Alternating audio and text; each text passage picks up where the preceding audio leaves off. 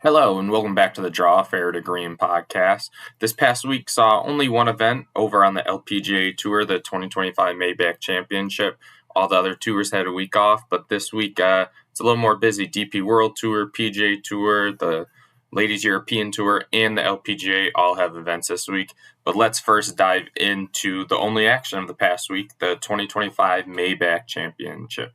And it was a good one. For no golf, this one had some drama. I mean, Miyu Yamashita, she came back and won. She was 8 shots back of the 54-hole leader. She came back and won in the playoff. She defeated Hannah Green and Hai Jin Choi on the first playoff hole. She made birdie.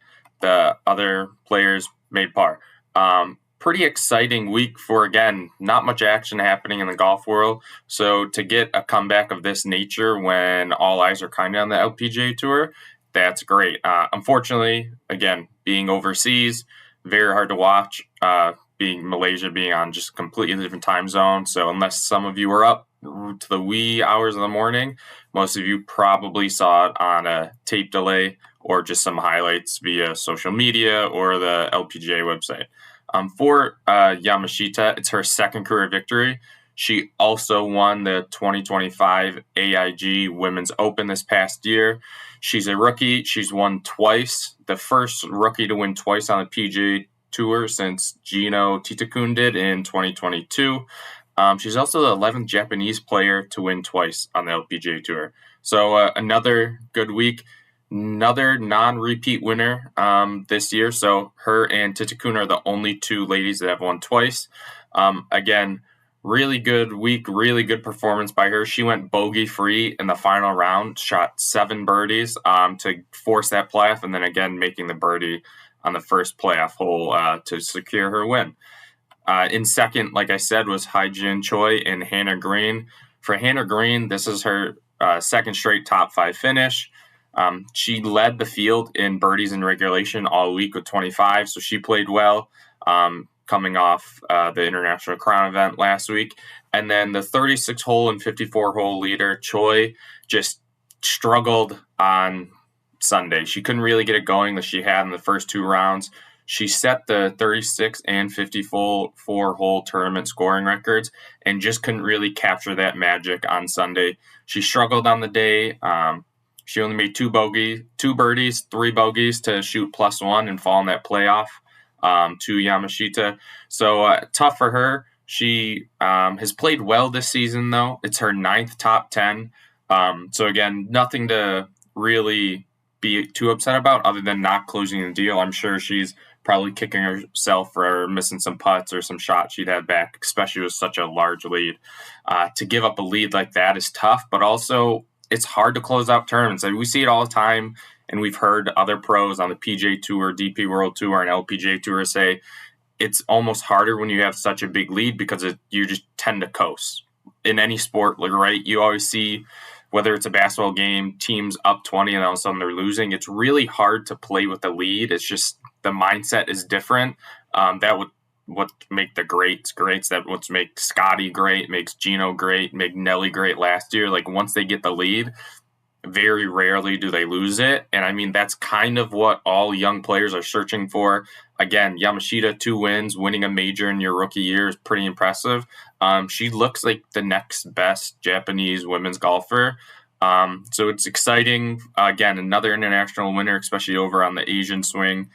Getting all these different international winners, great for the game. Like I said, this week, very busy week compared to last week. For the LPGA Tour, we have the TOTO Japan Classic playing over in Japan. This is a 78-player event, no cut, so limited field event. The defending champions, Ryo Takita, she is also in the field, along with Minji Lee and, again, Yamashita again. So they have 3 of the top 15 players in the world in the event. Other than that, not a ton of people in the field. 4 other past champions are in the field to go with Takita. So again, over in Japan, again, going to be another late one. If you're up, stay up. It'll be good golf. You'll see a nice golf course in Japan. The golf is always interesting there. The PGA Tour played there a couple of weeks ago, and that golf course was phenomenal. So I expect nothing less from this event. And over on the Ladies European Tour, we'll go there next. They are finishing up their season. It is their penultimate event over there. It is the Aramco China Championship. Kind of a cool event. Looking this up, reading the website information on there. So it's a 54-hole individual stroke play event, but it also has a 36-hole team competition as well. So there's a team championship after 36 holes and an individual champion after 54 holes. Runing Yin, she highlights the field. She's playing in her home country. Should be again, one more event before the playoffs for the Ladies European Tour. So kind of the last couple tournaments here to get some points to move up that list on the Ladies European Tour and get those Rolex rankings points to possibly get in some majors next year. On the PGA Tour and DP World Tour, we have two different events. For the DP World Tour, we have their first playoff event. So we have the Abu Dhabi HSBC Championship. That is their first play event. Like I said, it is one of two playoff events. So the top 50 from the Race to Dubai rankings will made it, or the top 70, from the Race to Dubai rankings made to this first play event in Abu Dhabi. The top 50 after this event will move on to the final event next week and try to clinch the Race to Dubai Championship. Now, it's a loaded field per usual, just like how the PGA Tour playoffs are. 66 of the top 70 in the Race to Dubai rankings are in the field. I think Sepp Straka, Justin Rose, Matt Wallace, and I want to say Victor Hovland are the only ones not playing in it. Most of them are secured next week. The only one that is iffy is Matt Wallace. I think he sits at 66. So I don't know if he plans to try to play next week or just wanted to take 2 weeks off. I know he's on the PGA Tour. He had a pretty good year this year, so there's no really reason for him to play other than some more world ranking points and some extra cash. But PGA Tour is a long season, so makes sense for him to kind of take a break and focus on next year.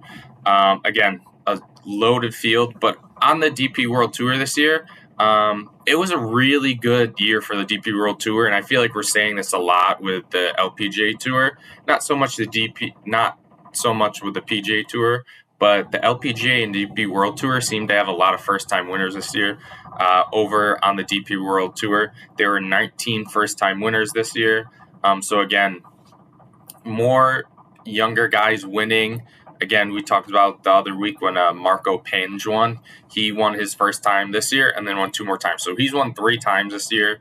He's second in the Race to Dubai rankings. He's about 440 points behind Rory McIlroy for that number 1 spot. So he has some work to do to catch up, but it is possible, especially with the way the points are elevated in the next 2 weeks. Along with the 19 different winners, or 19 first-time winners, there were 35 different winners this season. So, again, not many repeat ones. Obviously, Rory McIlroy is a repeat one. Alex Noren's a repeat one. He's won twice here in the last couple months. And then, like I just mentioned, Penge, who has 3 wins this year. And then Rory, obviously, has the Masters and the Amgen Irish Open from about a month and a half ago.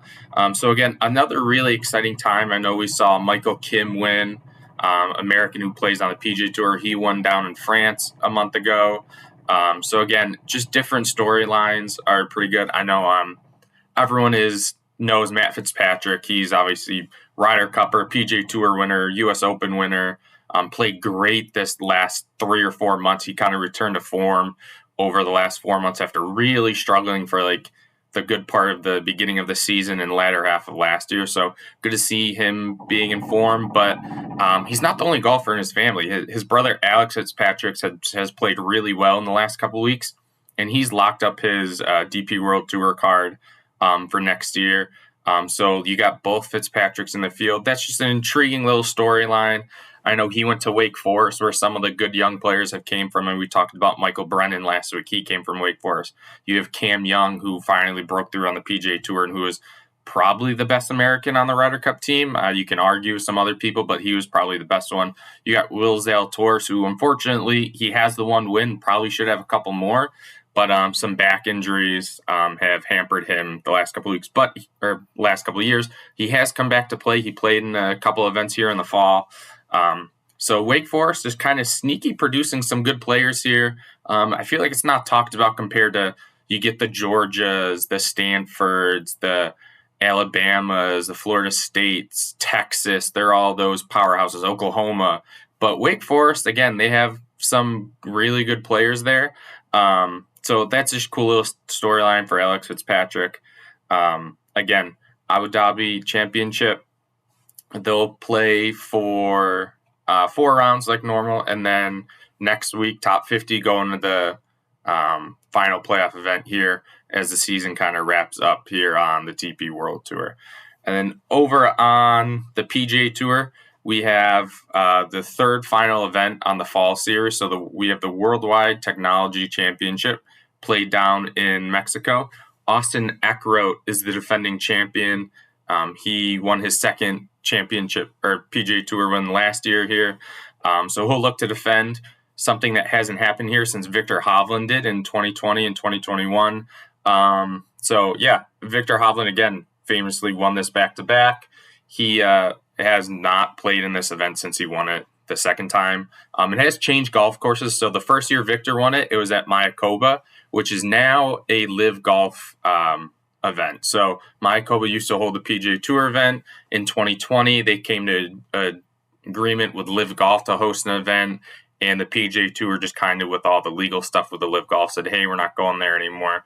So they switched over to El Cardinal de Manta. It's a resort golf course in Cabo, Mexico, that is designed by Tiger Woods. It's actually Tiger Woods' first course that has hosted a PGA Tour event.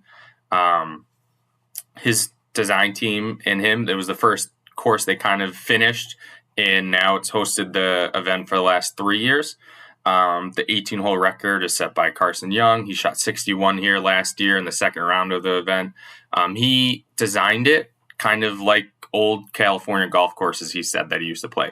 So it's pretty cool. It's really wide open. So again, if you're struggling with the driver, not that hard of a golf course, but if the wind picks up, which it can in Mexico, it's pretty wide open. If it blows 20, 30 miles an hour, you'll get some not low scores, but you're not going to get 25 under. Now, if there's no wind, you're looking probably in the 20s under to win the tournament. But still a cool golf course, very hilly, tough walk, some big elevation changes on the golf course as well.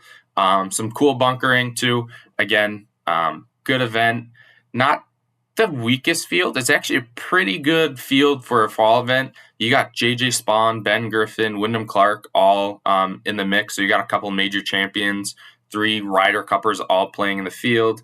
Then you got some young guns. I think I think with the fall series, you see a lot of different storylines with veterans trying to get their PGA Tour card. Like, right, we're looking at Joel Damon, who started the fall series with his PGA Tour card. And now the way he's played and the way other people have played, he's kind of fallen out. I think he's in like 105. So again, last year, making those clutch putts down, he got in. I think he finished 100 or 99. He's looking to do the same. So, I mean, there are a couple other PGA Tour players there. I mean, we're talking about Austin Eckroat, the defending champion. He's like 104 in the FedEx Cup. Now, he's fully exempt through, I think, next year on the PGA Tour.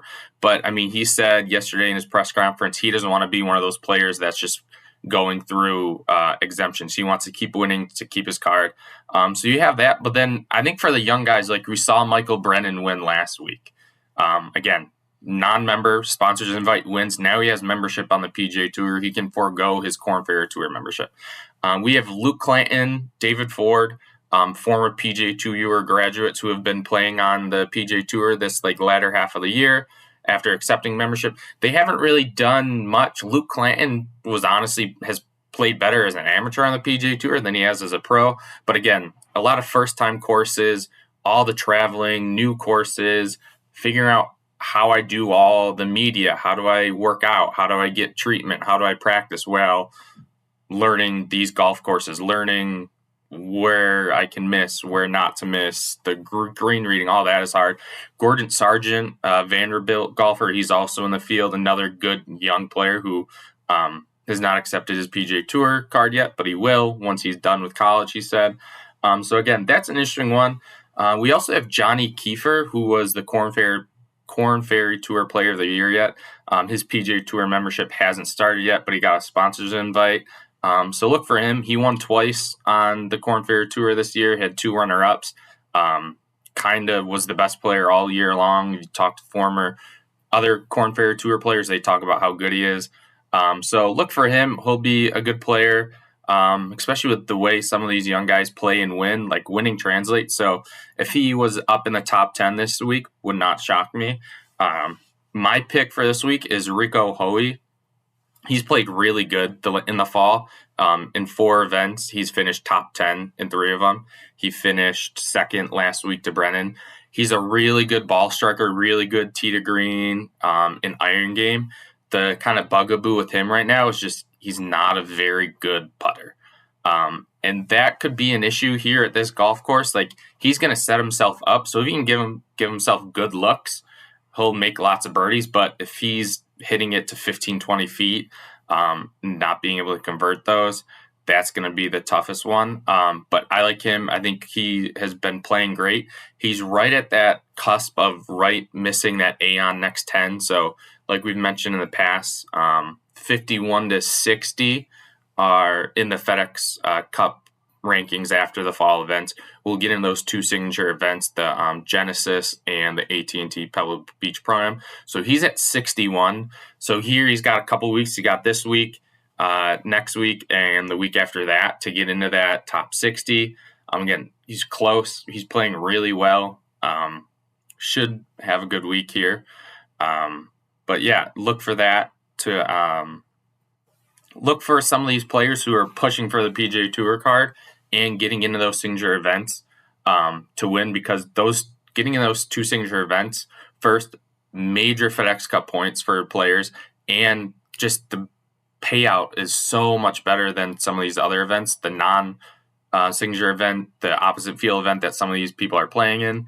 If they can get into those 2 signature events, do well, get into other ones, get into majors, that is where it can be kind of life-changing. I mean, we saw, again, we'll go back to Michael Kim last year, who got into some of those signature events, played his way through, got himself up to in the top 50 in the world, got himself into the Masters, finished 31st on the FedEx Cup rankings this year, just missing Eastlake.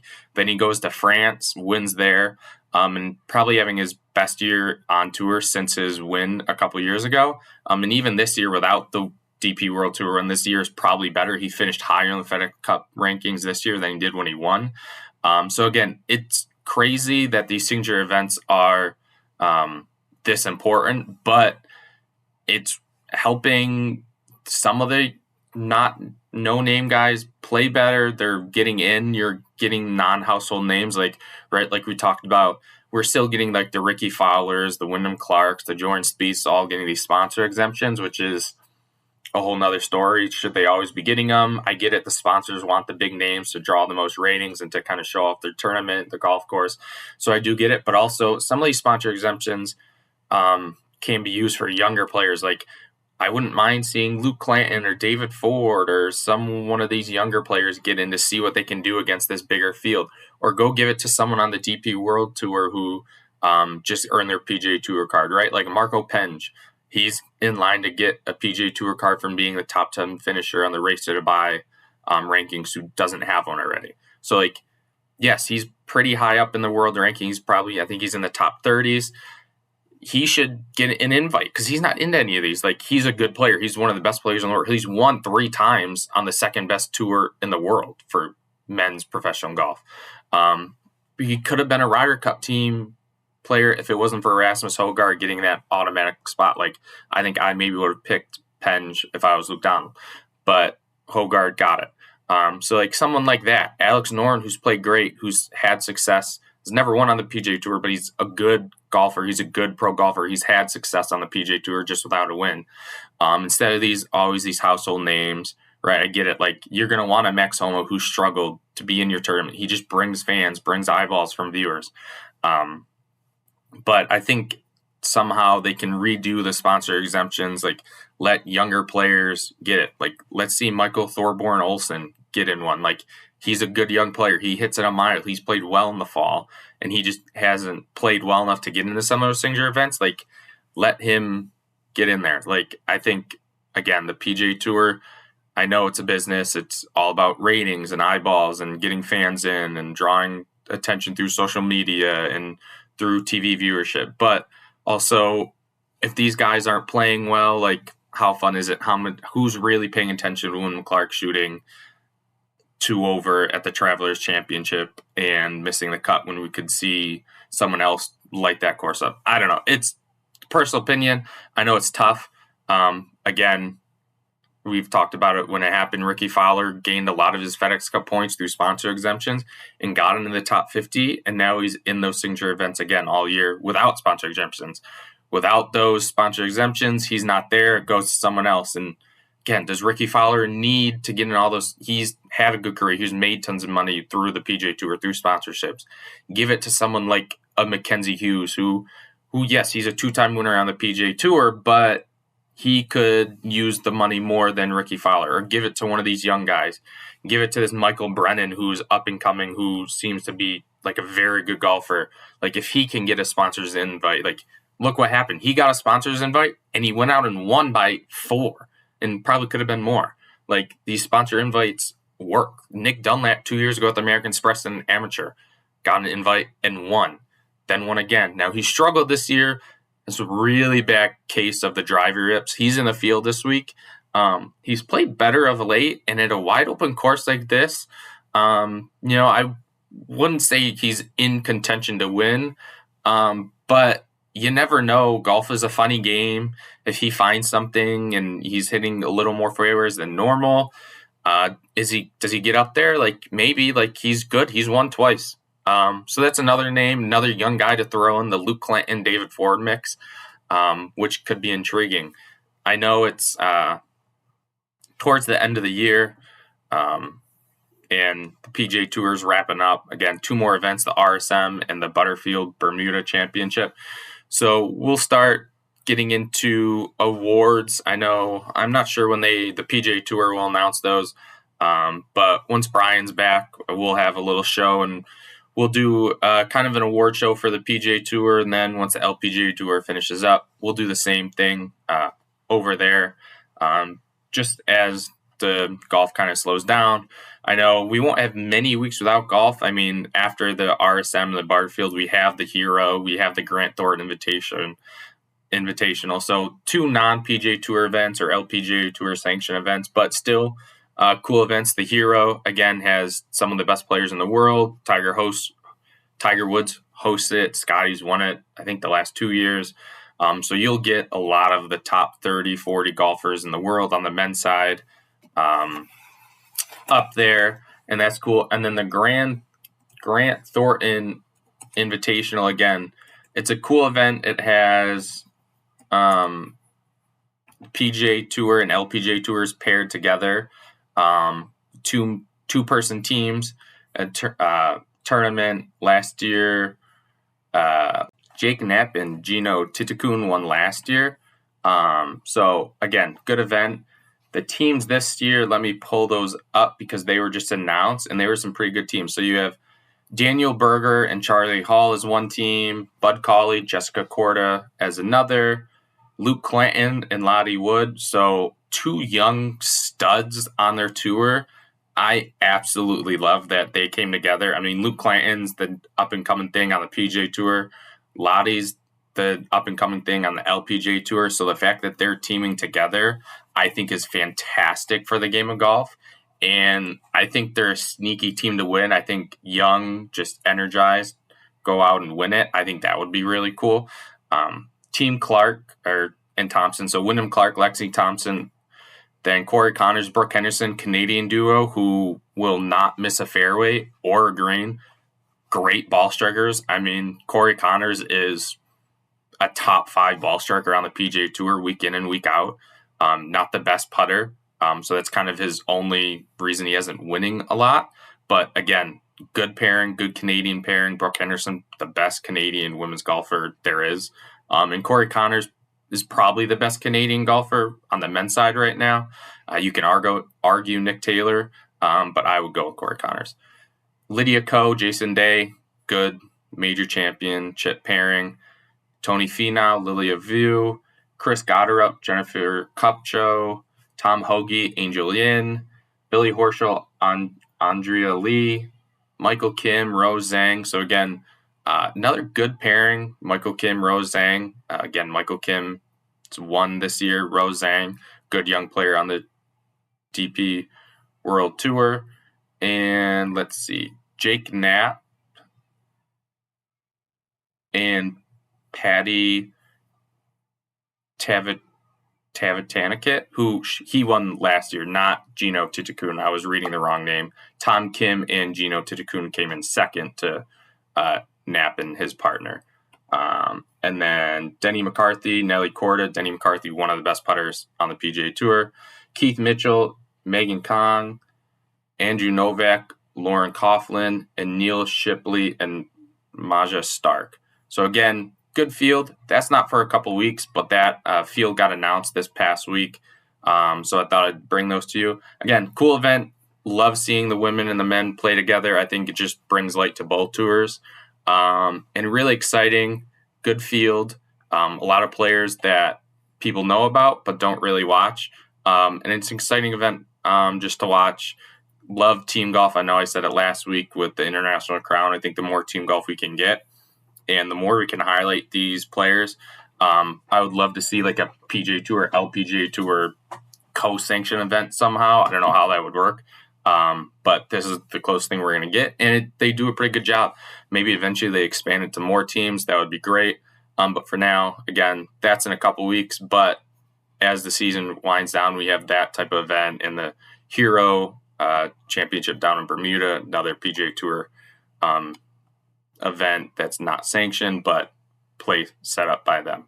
Again, so this week we have multiple tournaments going on. The TOTO Japan Classic on the LPGA Tour, Worldwide Technology Championship on the PGA Tour, Abu Dhabi HSBC Championship on the DP World Tour, and on the Ladies European Tour, the Aramco China Championship. So go enjoy the golf this week.